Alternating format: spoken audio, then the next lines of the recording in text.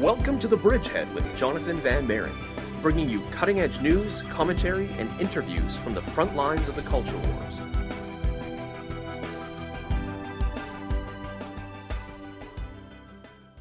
Hello everyone, and welcome back to The Bridgehead on AM 1380. My name is Jonathon Van Maren, and I'll be your host for the next half hour.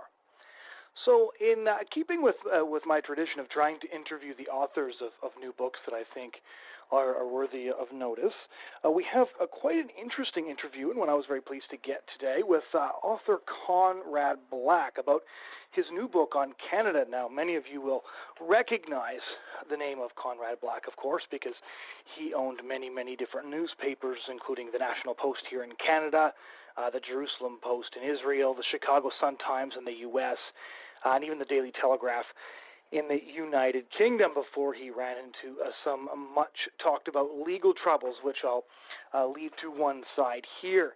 Now, he's been back in Canada for several years, and he's been doing quite a bit of writing in the National Post. And I've always very much enjoyed his writing because he really comments not from a specifically conservative point of view, but very interestingly, he often comes at things in a way that no one will expect, which is more than you can say for most of today's commentators, due to the fact that, most commentators, you often know what they're going to say before they even say it. You read the title of the column, and you're immediately aware of what's going on. But not so with Conrad Black, and he's written a number of very surprising columns, especially recently.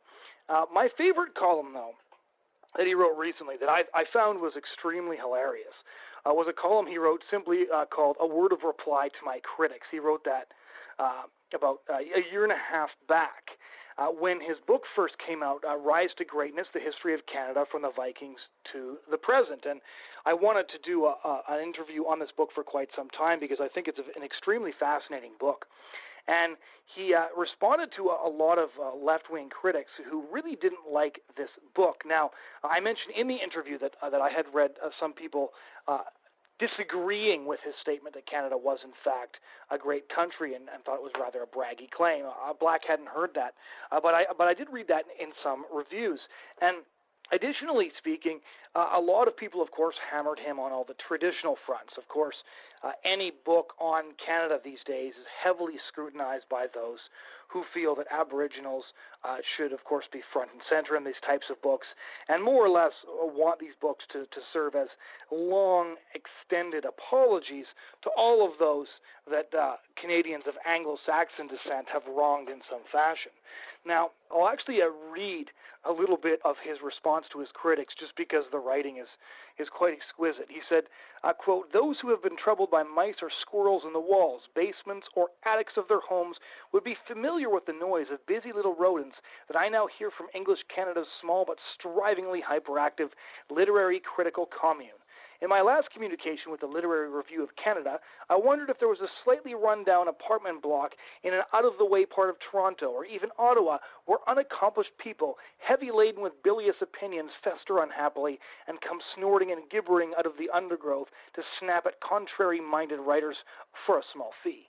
It is a tediously familiar process, though not one without its humorous aspects." Now, of course, he goes on then to rebut specific accusations about his book on Canada, one of the main ones being his characterization of Aboriginal culture. And it's kind of interesting that people would disagree with this because I got into this debate quite frequently in university as well, where I pointed out that cultures that were more or less rendered obsolete by the rise of technology were not necessarily driven out with any sort of intention, but rather this is simply the way that history often unfolds.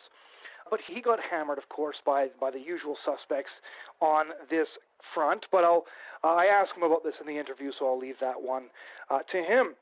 So very pleased to have Conrad Black, who's I must say, one of my favorite authors on this show. And I apologize for the way my voice sounds, because when I recorded this just over a week ago, I was very sick. I had quite a brutal head cold, and my head felt like it was full of concrete. So that's the reason for my voice sounding so much different in this particular interview. But with that said, I hope you enjoy this conversation with author and columnist Conrad Black on his history of Canada. First of all, for a nation that has often been considered at its very peak a middle power, referring to Canada as great is often quite the claim, and one you would think would appeal to the sort of Canadian sense of pride that often people have. However, a lot of people have disputed this claim. How do you make the case? Well, I'm not aware that a lot of people have disputed it, and in the first place, the title means in the sense of rise towards, to meaning not that it is necessarily a journey that is completed, but it is clearly underway and well advanced. That's how I meant it. But, if I'd expressed it that way, it would have been the longest title in history of a book that sold any copies. But I'm not aware that it is much disputed. But to answer the question of how I explain it, you have to see the full canvas. It started in the sense of Canada that we know, that is to say, one whose history was largely or predominantly made by Europeans or people descended from Europeans, with Champlain and a handful of people a little over 400 years ago. And it had a precarious colonial history and was passed back and forth between different powers, and was strung together again precariously at the end of the U.S. Civil War as a bunch of bits and pieces along the U.S. border that did not happen at that moment to be American, though they could have become so at any moment by a military fiat of what was the greatest army in the world at the time, with the greatest generals in the world. And it did so on the basis of a bicultural example that had never really worked on a large and federal scale before, and yet it is now a G7 country, and by any reasonable measurement, one of the 10 or 12 most important countries in a world that has 199 countries in it, counting the Vatican, Palestine, and Taiwan. And therefore, I see it as nothing other than a rise to greatness in the sense of toward greatness, and with extensive progress toward it, and I don't think there would be much difficulty justifying the title.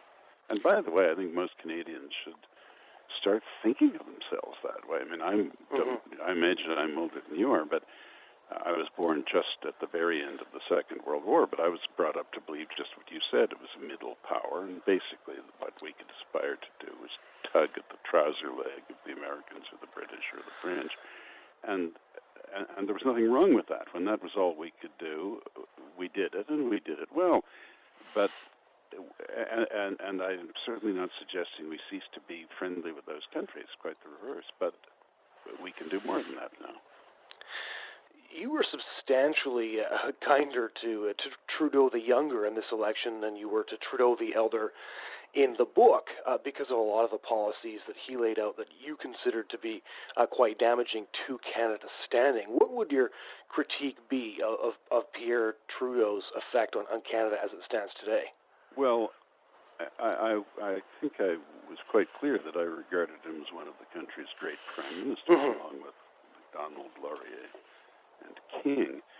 But he has an unusually unbalanced record in that he entered public life, and I knew him somewhat, so this is certainly what he said. He entered public life for the sole purpose of promoting federalism and opposing separatism in Quebec, and there's not the slightest doubt that it was for that reason that he was elevated to the leadership of the Liberal Party and won several times as Prime Minister of Canada.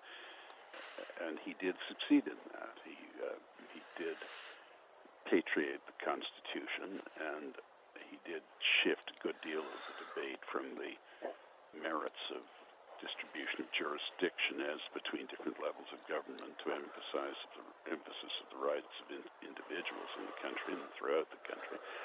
And he won the referendum in 1980 quite clearly, 60-40, against even an attempt to renegotiate terms of Confederation subject to a subsequent referendum. He managed to persuade 60% of Quebecers even to reject that. And so I rate him as successful in that regard. And I also give him some slack in some of the areas he was not so successful.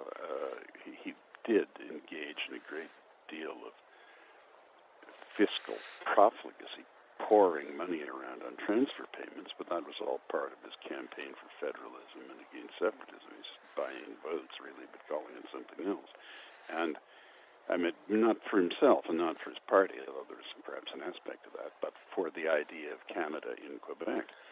And he did spend a lot of money around Ottawa, turning it into a much better-looking city than it was, and a city that looked much more than it had before, like the capital of a serious country.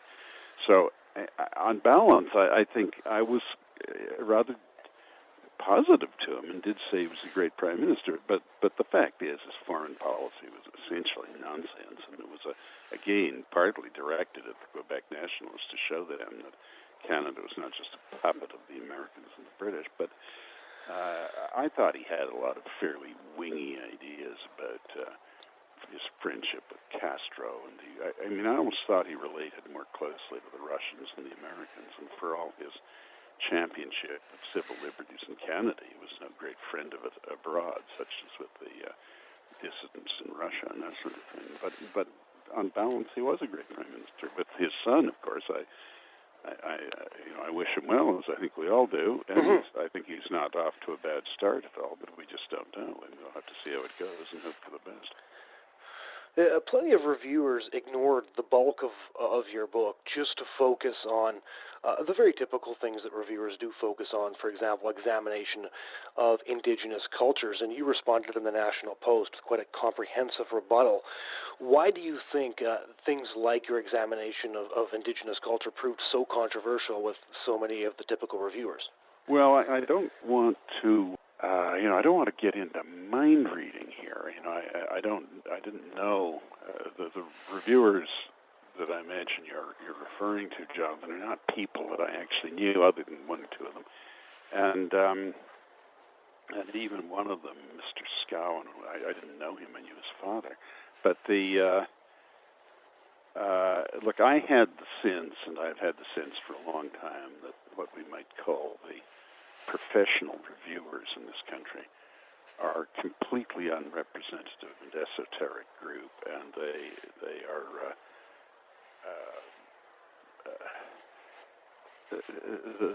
they fall afoul of the old rule that people are to be judged by their peers, and the Canadian rule frequently is to drag out a reviewer to be hostile to the author. Right. Because they think it's entertaining and amusing to do that. And so we, in our strategy for this book, essentially ignored the reviewers. I didn't speak to the Toronto Star at all. I did speak to the Globe and Mail, but we ran a big media blitz and a big book tour 3 times out across the country, and we sold out 40,000 books at $50 each. Even the volume price was $35 for Indigo and Costco and so on. So it was a huge success in sale terms. Now, I don't do these things for money, but it's been a big success as a selling book at a relatively high price.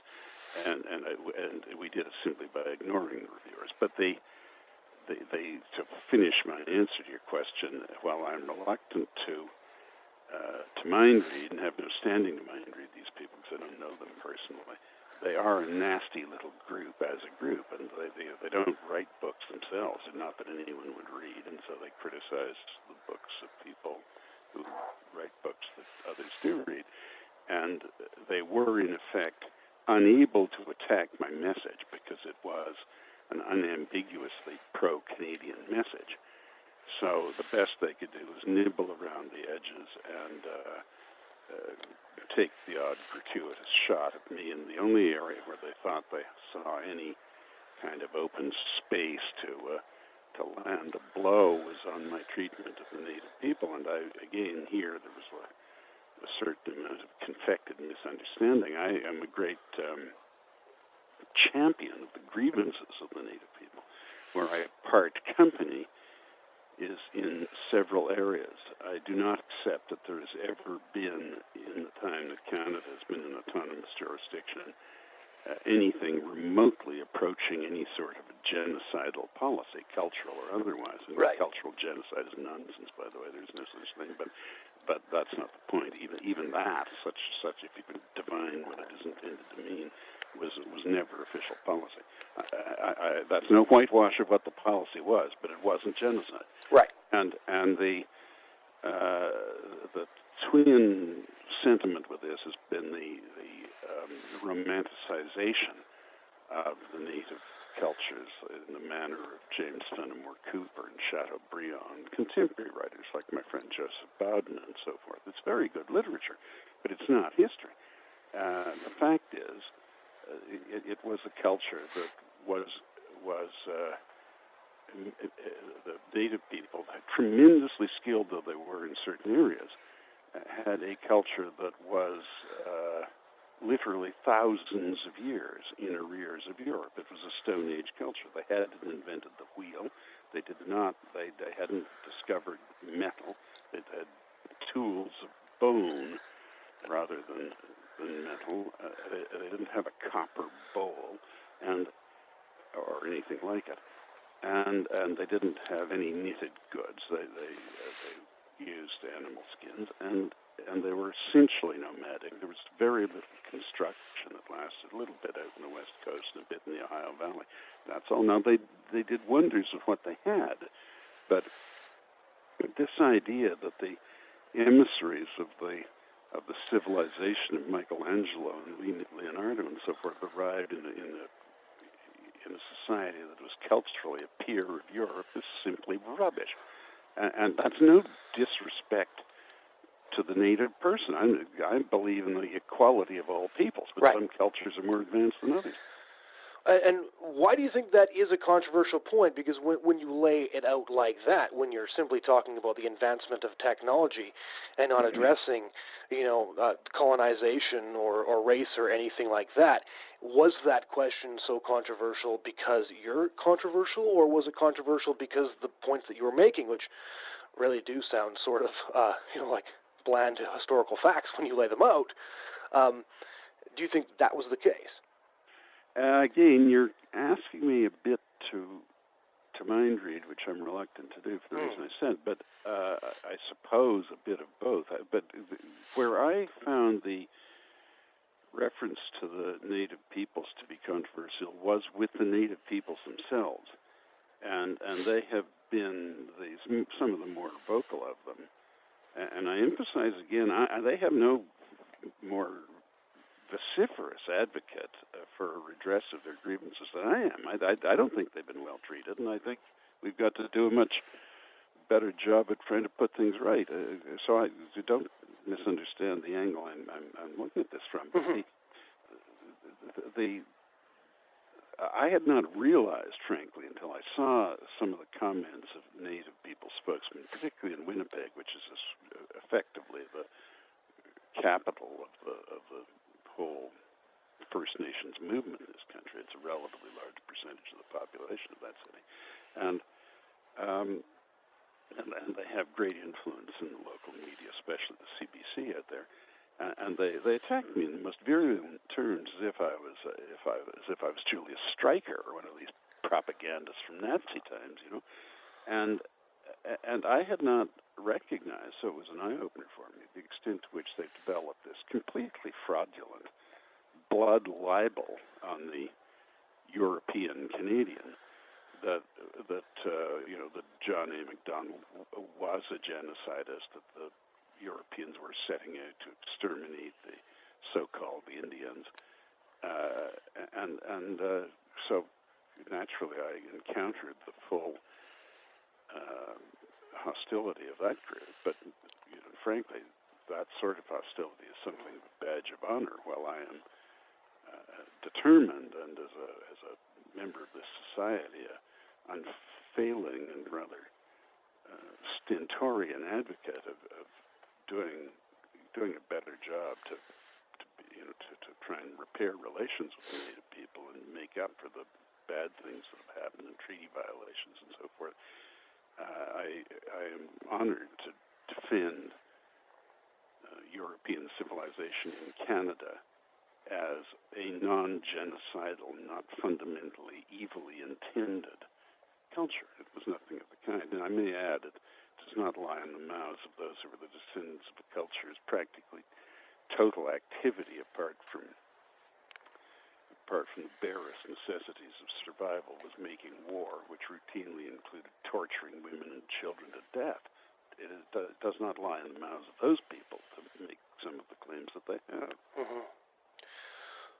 Finally, with the entire book making essentially the case for Canada, it was as you point out a very proud Canadian book. Well, as the British say, I was bowling for Canada. I assume that's a cricket expression. Well, and standing today in 2015, where we're in incredibly uncertain times. 2016, I'm afraid. 2016, of course. Well, we're incredibly uncertain times. And in Canada's trying to find its place on the world stage. We've recently had summits, the Paris Climate Conference. We've got foreign policy decisions that are very imminent. Where do you think Canada stands on this stage in relation to the other nations? I think it's benignly viewed as a good country that doesn't do, generally speaking, bad things, isn't a troubled place, has a good alliance record when it's been tested, and has, with a historical view, has never participated in an unjust war and has never failed to be on the victorious side in the wars that it has been in, and that has contributed to them as a country that was not itself under threat. So in acts of great generosity, huge numbers of volunteers, Canadians, went and served in both world wars, and a substantial number in the Korean War, and Canada was not under any threat there in any of those wars directly.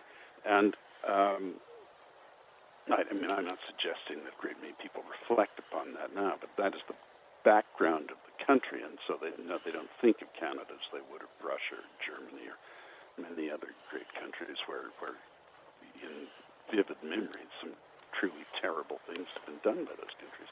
And yet I think it is seen as a country that's underachieving. I know Canadians cherish this view that we punch above our weight, but in my opinion we punch below our weight. We're a G7 country, and we don't have the military force of a G7 country, and since we don't have that force, we have no influence in those alliances. If we had, for example, an aircraft carrier, when I was a very young man, we had 2 aircraft carriers, and we had barely a third of the population we have now. And if we had an aircraft carrier, so we could sort of project the flag, I don't mean just to intimidate people flying warplanes off them. I mean, in great humanitarian disasters and things like that, they're wonderfully efficient vessels, and you can run them as hospital ships effectively, and bring people on board by helicopter and so on. And if we projected our strength more and had more than a handful of warplanes and 3 brigades, we could then pound the table very politely in the Canadian manner at NATO meetings, for example, and say, look, here we have to do more to help these refugees, or we have to do more to deter the Russians from seizing parts of Ukraine that have no Russian ethnic component to them at all. Not that we can do it ourselves, but at least we could sort of put our money where our mouths were, if you'll take that expression. And so I think we can do more. Incidentally, since they're not good economic times, so I've said several times in what I write in the National Post, the military spending is the best economic stimulative spending there is. A lot of it goes to high tech, and most of the recruiting directly reduces unemployment, and it is the best form of adult education in all the advanced countries. We look at the United States, but it's the same here. It's just their numbers are greater. All the officers are highly educated people. They may have come through a staff school to get there, but by the time they're in the mature part of their career, they're all PhDs and everything, and all the people who are enlisted men end up being very thoroughly qualified academically and professionally, and it is just an excellent form of adult education. And the Americans showed that with the GI Bill of Rights when they put 15 million people in a population of 135 million people through the university system for free after the war. And that was the last great enactment, posthumous in its execution, of Franklin D. Roosevelt. Oh, Mr. Black, thank you so much for taking the time. Not a bit. Thank you for having me, Jonathan. Have a wonderful New Year, day. and to your listeners. Ladies and gentlemen, that was author and columnist Conrad Black, who joined me from Toronto for a discussion about his book, The History of Canada from the Vikings to the Present, with the main title being Rise to Greatness. I was very grateful that he would take the time for this interview, and I hope you enjoyed the discussion. We're hoping to have a number of other authors on in the next couple of weeks as well to take a look at books, both of Canadian content and otherwise. But next week we have a very special guest. We actually have someone who was a survivor of multiple concentration camps and has been telling his story recently, and his story is so profound and his storytelling is so eloquent that he was actually referred to by the President of the United States, Barack Obama. So we've got that coming up next week. If you want to catch any of our past shows, our literary series from over the Christmas holidays, any of our past interviews, please go to thebridgehead.ca or check us out on SoundCloud, which is The Bridgehead again, or go to our YouTube page, because we repost all of our interviews after we record them, so you can find them again there. Thank you so much for taking the time to join us this week. We hope you have a great weekend, and we hope you'll join us again next Thursday.